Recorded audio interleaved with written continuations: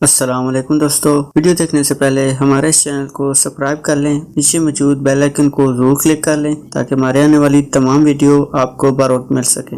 جینا ہے تو مردوں کی طرح جیو، اگر مناسب سمجھو تو دمشق چلے آنا، وہاں ایک اچھی ملازمت تمہاری منتظر ہوگی۔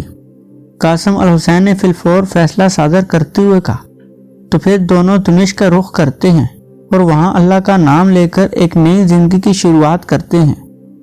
عامر کو بھلا کیا اعتراض ہو سکتا تھا، اسے تو ایک ساتھی کا ساتھ میسر آ رہا تھا، اس نے بھی قاسم الحسین کے فیصلے کے ساتھ اتفاق کیا، لہذا دونوں نے سفر پر روانہ ہونے کی تیاریوں کا آغاز کر دیا۔ عامر غربی اور قاسم حسین دمشق روانہ ہونے کے لیے بلیت سے نکلے۔ دمشق تک رسائی حاصل کرنے کے لیے دو راستے موجود تھے۔ ایک راستہ جو نسبت آسان راستہ تھا، وہ یروشلم سے گزرتا ہوا دمشق جا پہنچتا تھا۔ تجارتی قافلے بھی اسی راستے کو ترجیح دیتے تھے اور دمشق تک رسائی حاصل کرنے کے لیے اسی راستے کو استعمال کرتے تھے، لیکن قاسم حسین ایک الٹی کھوپڑی کا حامل تھا، ایک اڑیل اور ضدی بندہ تھا۔ اس کے ذہن نے الٹی تدبیر ہی سوچی۔ اس نے بڑے وسوخ کے ساتھ اپنا فیصلہ سناتے ہوئے کہا، ہم ریگستانی علاقے کو عبور کر کے دمشق جائیں گے۔ عامر غربی نے اس بتوقع فیصلے کی وجہ دریافت کی تو اس نے قرار واقعی جوش و جذبے کا مظاہرہ کرتے ہوئے کہا، ہم عیسائی کفار کے علاقے سے گزرنا پسند نہیں کرتے۔ عامر نے اس کے بتوقع جواز سے اتفاق کرتے ہوئے کہا، یہ درست ہے، عیسائی کفار ہیں، لیکن یہ بھی تو دیکھو، ریگستانی علاقے کافروں کی گزرگاہ نہیں ہیں اور وہاں پھر ریت کے طوفانوں کا بھی سامنا کرنا پڑتا ہے۔ اگر ہم راستے بھٹک گئے تو کون ہماری رہنمائی کرے گا؟ ریت کے طوفان میں دب کر موت کو گلے لگاؤ گے؟ قاسم حسین نے اپنی ہٹ درمی کا مظاہرہ کرتے ہوئے کہا، کفار کا احسان لینے سے تو مر جانا بہتر ہے۔ قاسم حسین ضدی اور ہٹ درم ہونے کے ساتھ ساتھ ایک سپاہی بھی تھا، اور سپاہی اگر کسی بات پر ضد ہٹ درمی کا مظاہرہ کر بیٹھے تو پھر آسانی سے کسی کی بات نہیں مانتا، لہذا عامر نے اسے سمجھانے کا فیصلہ وقتی طور پر موقوف کر دیا۔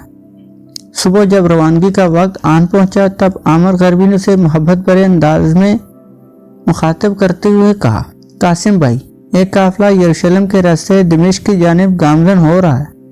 قاسم نے تخت لہجے میں جواب دیا، مجھے اس قافلے سے کوئی سروکار نہیں ہے، جدھر سے بھی جاتا ہے اور جہاں بھی جاتا ہے جاتا رہے۔ عامر نے اپنے لہجے کو مزید نرم بناتے ہوئے کہا، ہمیں بھی اس قافلے میں شامل ہو جانا چاہیے، ہم باسہولت دمشق جا پہنچیں گے۔ قاسم نے دھاڑتے ہوئے کہا، مرد اپنی بات پر قائم رہتے ہیں، دمشق جانے کا فیصلہ رات کو ہی سر انجام پا چکا ہے۔ عامر چڑ گیا اور گویا ہوا، لیکن بیوقوف کو اپنا فیصلہ ضرور بدلنا پڑتا ہے، سیدھی طرح قافلے کے ہمراہ چلنا ہے تو ٹھیک۔ قاسم الحسین نے کٹیل لہجے میں کہا، وگرنہ میرا کیا بگاڑ لوگے؟ عامر ہنستے ہوئے گویا ہوا، وگرنہ میں تمہارے ہمراہ نہیں جاؤں گا۔ اچھا تو تم مجھے اپنے ارادے پر نظر ثانی کرنے پر مجبور کر رہے ہو۔ قاسم بھائی، میں مجبور نہیں کر رہا بلکہ عرض کر رہا ہوں، اگر میں تمہاری عرض کو شرف قبولیت نہ بخشوں تب؟ عامر نے مسکراتے ہوئے جواب دیا، بحث اپنے اختتام کو پہنچی، تم اپنا فیصلہ بدلنے پر راضی نہیں ہو اور میں حرام موت مرنے پر راضی نہیں ہوں، ہمارے راستے جدا جدا ہو گئے۔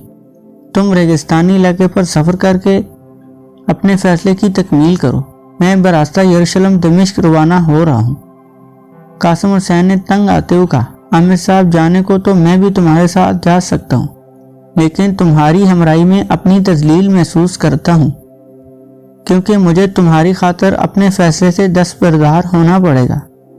عامر غربی نے کٹیلے انداز میں کہا، نادان دوست، تم ضدی اور ہٹ درم ہونے کی وجہ سے زندگی میں ناکامی کا سامنا کر رہے ہو۔ اگر تم اپنی روش نہ بدلی تو تمہاری آئندہ زندگی بھی ناکامی کی بھینٹ چڑھ جائے گی۔ قاسم الحسین نے فوراً جوابی وار کیا، اور عامر صاحب، تمہاری ناکام زندگی کی وجہ کیا ہے؟ عامر نے خندہ پیشانی سے جواب دیتے ہوئے کہا، ہم دونوں ناکام زندگیاں گزار رہے ہیں اور اپنی دانش میں ایک ہی شخص کو اپنی ناکامی کا ذمہ دار تصور کرتے ہیں، اور وہ شخص میرا برادر نسبتی اور تمہارا آقا ہے۔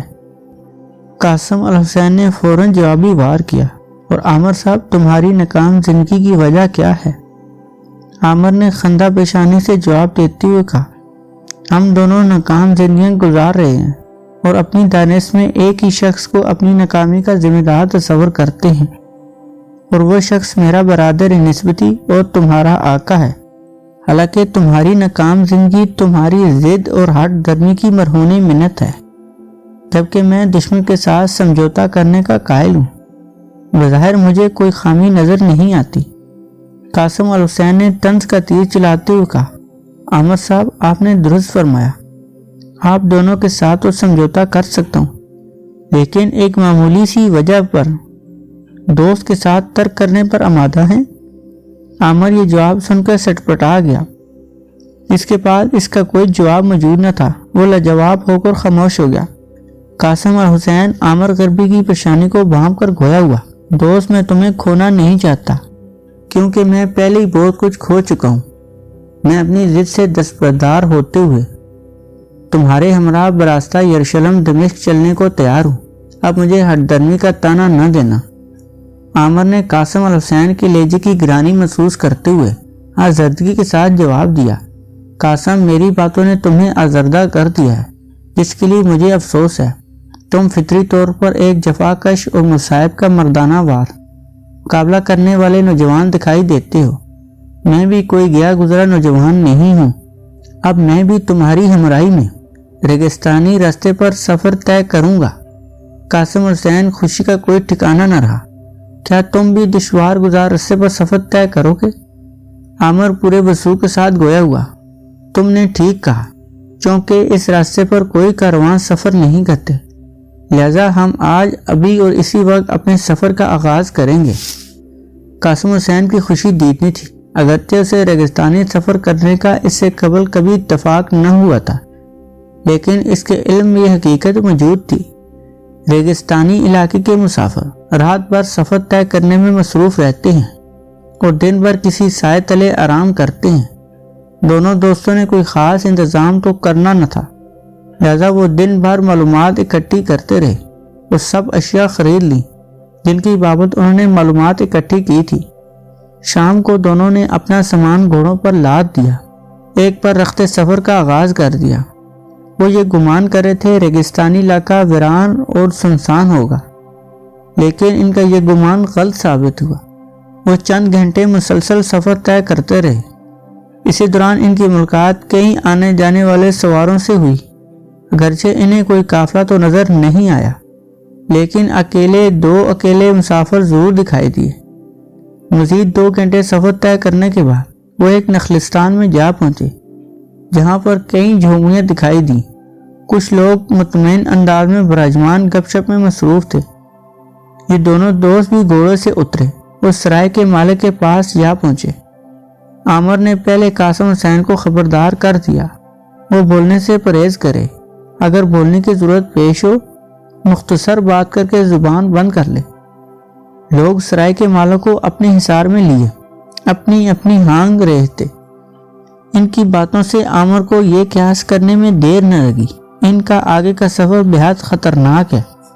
اس کی وجہ لوگوں کی آمد و رفت نہ ہونے کے برابر تھی، دوسری وجہ ڈاکوؤں کا خطرہ تھا، جو مسافروں کو پریشان کرنے کا سبب بنتے تھے اور اکیلے مسافروں کو وہ مال غنیمت سمجھتے ہوئے لوٹ لیتے تھے۔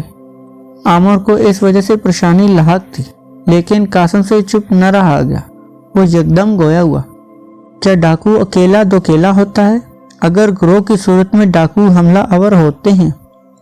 سب لوگ خوف و راز کا شکار بیٹھے تھے۔ قاسم اور حسین کے استفسار پر سب نے اس پر ایک طائرانہ نظر ڈالی۔ ایک مسافر نے جواب میں کہا، اس مرتبہ تو میں بچ بچا کر آ گیا ہوں، لیکن گزشتہ مرتبہ 3 ڈاکو نے مجھے اپنے حصار میں لے کر میرا سب کچھ لوٹ لیا تھا۔ قاسم الحسین نے پرسہار انداز سے گویا ہوا، 3 ڈاکو؟ کیا کسی نے ڈاکوؤں کا اس سے بڑا گروہ دیکھا ہے؟ سرائے کے مالک نے جواب دیا، ہاں اس سے بھی بڑا گروہ دیکھنے میں آیا ہے۔ ایک مرتبہ 8 ڈاکوؤں پر مشتمل ایک گروہ نے اس نخلستان کو اپنا نشانہ بنایا تھا۔ انہوں نے نخلستان کو اپنے حصار میں لے کر سرائے میں مقیم 12 آدمی کا مال و متاع لوٹ لیا تھا۔ سرائے میں مقیم 12 افراد میں سے تقریباً 6 سے سواری تیغزنی میں مہارت رکھتے تھے۔ وہ فی الفور اپنے گھوڑوں پر سوار ہوئے اور اپنی تلواریں میان سے نکال لی۔ ڈاکو نے ان پر حملہ کیا، لیکن انہوں نے تیغزنی کا ایسا کمال دکھایا، ڈاکو لوٹا ہوا مال متاع چھوڑ کر فرار ہونے پر مجبور ہو گئے۔ 4 ڈاکو تو زخمی بھی ہوئے تھے۔ قاسم حسین نے موجودہ لوگوں کو مخاطب کرتے ہوئے کہا، میرا بھی یہی خیال ہے، اگر سوار اچھی نسل کے گھوڑے پر سوار ہو اور تلوار کا دھنی ہو، 2-4 ڈاکوؤں تو کوئی مسئلہ ہی نہیں ہے۔ قاسم کی بات ابھی اپنے اختتام کو نہ پہنچی تھی، گھوڑوں کی ٹاپوں کی آواز کانوں سے ٹکرائی اور دیکھتے ہی دیکھتے سب لوگ ڈاکوؤں کے حصار میں آ گئے۔ قاسم اور حسین نے عامر غربی کو اشارہ کیا، دونوں برق رفتاری کے ساتھ اپنے اپنے گھوڑوں پر سوار ہوئے اور ڈاکوؤں کو للکارتے ہوئے ان پر ٹوٹ پڑے۔ عامر غربی اور قاسم کندھے سے کندھا ملائے ڈاکوؤں سے برسرے پیکار تھے۔ ڈاکو مسافروں سے اس قسم کی شدید مزاحمت کی امید نہ کر رہے تھے اور ورتا حیرت میں ڈوبے ہوئے تھے۔ وہ اس وقت حیرت کے سمندر سے نکلے جب وہ حملے کی تاب نہ لا سکے اور ان کے کئی ساتھی ڈاکو زخمی ہو گئے۔ اس دوران دیگر مسافروں نے بھی 4 مسافر ہمت کر کے ان دونوں کے ساتھ آن ملے۔ ان 6 مسافروں اور 8 ڈاکوؤں کے درمیان مارکا رائی ہو رہی تھی۔ کچھ مسافر اور بھی ڈاکوؤں کے مقابلے میں آنے کے لیے پر توڑنے لگے۔ ڈاکوؤں کے اوسان خطا ہو گئے اور وہ ایک دوسرے کو فرار ہونے کا اشارہ کرنے لگے۔ اس دوران قاسم الحسین نے ایک ڈاکو پر ایسا کاری وار کیا اور زخمی ہو کر زین سے لٹکنے لگا۔ قاسم الحسین نے ہاتھ دراز کرتے ہوئے گھوڑے کی لگامیں تھام لی۔ بقایا 7 ڈاکو فرار ہونے میں کامیاب ہو گئے اور ایک ڈاکو کو زخمی حالت میں پکڑ لیا۔ قاسم حسین نے ہوش کے بجائے جوش سے کام لیتے ہوئے کہا، اس زخمی ڈاکو سے استفسار کیا جائے، اس کی جائے پناہ کہاں ہے؟ اگر ڈاکوؤں کو یہی کل کی تعداد ہے، اگر ڈاکوؤں کی یہی کل تعداد ہے جو حملہ آور ہوئے تھے، تو ان کی جائے پناہ پر حملہ کر کے ان کو تحقیق کر دیا جائے تاکہ مسافر اس کا نشانہ بننے سے محفوظ رہے۔ عامر نے اس فیصلے پر تنقید کرتے ہوئے کہا، اس وقت ڈاکوؤں کی جائے پناہ کو اپنے حملے کا نشانہ بنانا ایک درست اقدام ہرگز نہیں ہے۔ اس کی وجہ یہ ہے ہم ریگستانی علاقوں سے لا علم ہیں اور راستہ کھو سکتے ہیں۔ قاسم کہاں ٹلنے والا تھا، اس نے فوراً مسئلہ حل کر دیا، ہم اس زخمی ڈاکو کی رہنمائی میں جائیں گے۔ عامر نے پھر اسے آڑے ہاتھوں لیتے ہوئے کہا، یہ ہماری غلط رہنمائی کرتے ہوئے ہمیں کسی ایسے مقام پر پہنچا سکتا ہے جہاں سے ہماری واپسی ممکن نہ ہو۔ دشمن پر اعتماد کرنا بیوقوفی کی علامت ہے۔ اگرچہ یہ تکرار چلتی رہی لیکن کسی نتیجے تک نہ پہنچ سکے۔ یہ سانحہ سرائے کے مالک کو بہت گراں گزرا۔ اس نے واشگاف الفاظ میں اعلان کیا، آپ لوگوں نے ڈاکوؤں کا مقابلہ کر کے میرے حق میں بہت برا کیا ہے۔ آپ مسافر ہونے کے ناطے یکے بعد دیگر اپنے سفر پر روانہ ہو جائیں گے۔ ڈاکو بدلہ لینے کے لیے مجھے نشانہ بنائیں گے، میں کدھر جاؤں گا؟ تم ہمارے ہمراہ دمشق چلو۔ دمشق کے نام پر کچھ مسافروں نے حیرانی سے قاسم کی جانب دیکھا۔ عامر غربی اس کی اس حماقت پر ملا اٹھا۔ اس نے قاسم کو باور کروایا تھا وہ کسی سے اپنے دمشق جانے کا تذکرہ نہ کرے، کیونکہ مصر اور یروشلم کے عیسائی سلطان دمشق کے خلاف تھے اور یہ علاقہ مصری اور عیسائیوں کی رسائی میں تھا۔ عامر نے بات کا رخ موڑتے ہوئے کہا، نخلستانی بھائی کا کہنا ٹھیک ہے، عین ممکن ہے ڈاکو اپنا بدلہ چکانے کے لیے آج یا کل حملہ آور ہو جائیں۔ نخلستانی خوشی سے گویا ہوا، یہ ہوئی نا حق بات، ہم متحد ہو کر سب کے بارے میں سوچنے کی ضرورت ہے۔ عامر نے اس کی ہاں میں ہاں ملاتے ہوئے کہا، اب تم حکم کرو، تم ہم سے کیا چاہتے ہو؟ نخلستانی ملتجی انداز میں گویا ہوا، میری گزارش ہے تم لوگ کم از کم 2 راتیں اس نخلستان میں بسر کرو۔ اگر ڈاکو نے حملہ آور ہونا ہوا تو اسی دوران اپنی کارروائی کریں گے، وگرنہ وہ کارروائی کا ارادہ ترک کر دیں گے۔ کسی کی مداخلت سے قبل ہی عامر نے اپنا فیصلہ صادر کرتے ہوئے کہا، بہت بہتر، ہم 2 راتیں یہیں بسر کریں گے، اگر ڈاکو حملہ آور ہوئے تو ہم انہیں دیکھ لیں گے۔ نخلستانی دل گردے والا بندہ تھا۔ اس نے جھٹ اپنا فیصلہ سناتے ہوئے کہا، تمام مسافر 2 دن تک اسے میزبانی کا شرف بخشیں گے اور اپنے قیام و طعام کا کوئی معاوضہ ادا نہیں کریں گے۔ عامر غربی کو دمشق جانے کی جلدی تھی، لیکن ڈاکوؤں کے حملے اور قاسم الحسین کی بیوقوفی کی وجہ سے اسے 2 دن اس نخلستان میں بسر کرنا تھے۔ مسافروں سے باتوں کے دوران اس کے علم میں یہ بات آئی، اگرچہ اس نخلستان پر حکومت کی رائٹ قائم نہ تھی، لیکن چونکہ یہ یروشلم کی عیسائی ریاست کے قریب تر واقع تھا، لہذا یہ عیسائیوں کے زیر اثر تھا۔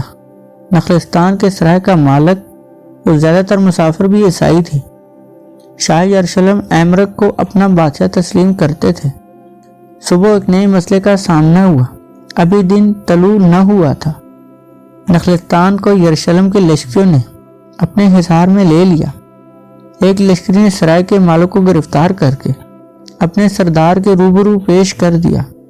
سردار نے اسے ڈانٹ پلاتے ہوئے استفسار کیا، تمہارا مذہب کیا ہے؟ اس نے جھٹ جواب دیا، میں عیسائی ہوں۔ سردار نے ایک اور سوال داغ دیا، اس نخلستان میں کل کتنے عیسائی موجود ہیں؟ سرائے کے مالک نے جھٹ جواب دیا، ہم سب کے سب عیسائی ہیں، یہاں کسی اور مذہب کا کوئی شخص موجود نہیں ہے۔ سرائے کے مالک نے سب کو عیسائی بنا دیا تھا، اگرچہ عامر غربی اور قاسم حسین مسلمان تھے۔ عامر کو یقین تھا وہاں اور بھی مسلمان تھے، لیکن اب سب کو عیسائی ہی بتایا گیا تھا۔ عامر اور قاسم اس کی وجہ کا اندازہ لگانے سے قاصر تھے۔ غالباً سرائے کا مالک اس طرح اپنی جان بچانے کے فکر میں تھا، شاید اسی وجہ سے اس نے سب کو عیسائی بنا دیا تھا اور اپنی جان کو گرفت میں آنے سے محفوظ رکھنے میں کامیاب ہو گیا تھا۔ فوجی سردار چند لمحے تک سوچ کے سمندر میں غوطہ زن رہا۔ ماں بعد اس نے استفسار کیا، کیا یہاں کہیں قریب و جوار میں مسلمانوں کا کوئی فوجی دستہ موجود نہیں ہے؟ سرائے کے مالک نے انکار میں گردن ہلاتے ہوئے کہا، جناب والا، اس کی موجودگی کا سوال ہی پیدا نہیں ہوتا۔ اس کی وجہ یہ ہے، اس نخلستان کے علاوہ دور دور تک یہاں نخلستان نہیں ہے، اس لیے اگر کوئی فوجی دستہ موجود ہوتا تو وہ ضرور اسی نخلستان میں موجود ہوتا۔ فوجی سردار نے بڑبڑاتے ہوئے کہا، تو پھر ہمارے سپاہیوں کی مارکا رائی کس طرح ہوئی تھی؟ سرائے کے مالک نے پریشانی کے عالم میں استفسار کیا، مارکا رائی ہوئی، لیکن کب اور کس کے ساتھ؟ سردار الجھن کا شکار ہو گیا۔ اس نے بتایا، کل ہمارے کچھ سردار سرحدی گشت پر مامور تھے، اس دوران ان کا سامنا مسلمان سواروں سے ہوا، سخت مارکا آرائی ہوئی، ہمارا ایک سپاہی ہلاک ہوا۔ ہمارے سپاہیوں نے انکشاف کیا ہے کہ مارکا آرائی نخلستان پر ہی ہوئی تھی۔ سرائے کے مسافر پریشانی کے عالم میں ایک دوسرے کی جانب دیکھنے لگے۔ بات عامر غربی کو سمجھ آ چکی تھی، لیکن وہ بات کرنے سے قبل تصدیق کے مراحل سے گزرنے کا خواہاں تھا۔ اس نے فوجی سردار سے استفسار کیا، آپ کے سوار تعداد میں 8 تو نہیں تھے؟ سردار بے تابی سے گویا ہوا، ہاں ہمارے سواروں کی تعداد 8 ہی تھی۔ کیا وہ تمہاری نظر سے گزرے تھے؟ عامر نے سردار کی بات نظر انداز کرتے ہوئے سوال کیا، کیا ان میں سے 4 زخمی ہوئے تھے؟ عامر نے مزید انکشاف کرتے ہوئے کہا، کیا آپ کے سوار اپنے ایک زخمی کے ساتھی کو چھوڑ کر فرار ہو گئے ہیں؟ فوجی سردار طیش میں آ گیا، تم کیا بکواس کر رہے ہو؟ وہ مسلمانوں کے سامنے ڈٹ گئے تھے، لیکن مسلمان تعداد میں ان سے کہیں زیادہ تھے، اس لیے انہیں پسپا ہونا پڑا اور وہ اپنے ساتھی کی لاش بھی چھوڑ کر پسپائی اختیار کر گئے۔ عامر نے جرأت کا مظاہرہ کرتے ہوئے کہا، سردار معظم، ان کا ساتھی ہلاک نہیں ہوا تھا بلکہ زخمی ہوا تھا، وہ زندہ سلامت یہاں پر موجود ہے۔ سردار نے الجھن کا شکار ہوتے ہوئے کہا، تم کیا کہہ رہے ہو؟ ذرا کھل کر بات کرو۔ اب معاملہ دیگر مسافروں کی سمجھ میں آ گیا تھا اور دل ہی دل میں مسکرانے پر مجبور تھے۔ عامر نے سرائے کے مالک کو مخاطب کرتے ہوئے کہا، تم فوجی سردار کو کل کے مارکے سے مطلع کرو، پھر اس سپاہی سے بھی ملاقات کروا دینا جسے اس کے ساتھی زخمی حالت میں چھوڑ کر فرار ہو گئے تھے۔ سرائے کے مالک نے مارکا رائے کی تفصیل بیان کرتے ہوئے کہا، سردار محترم،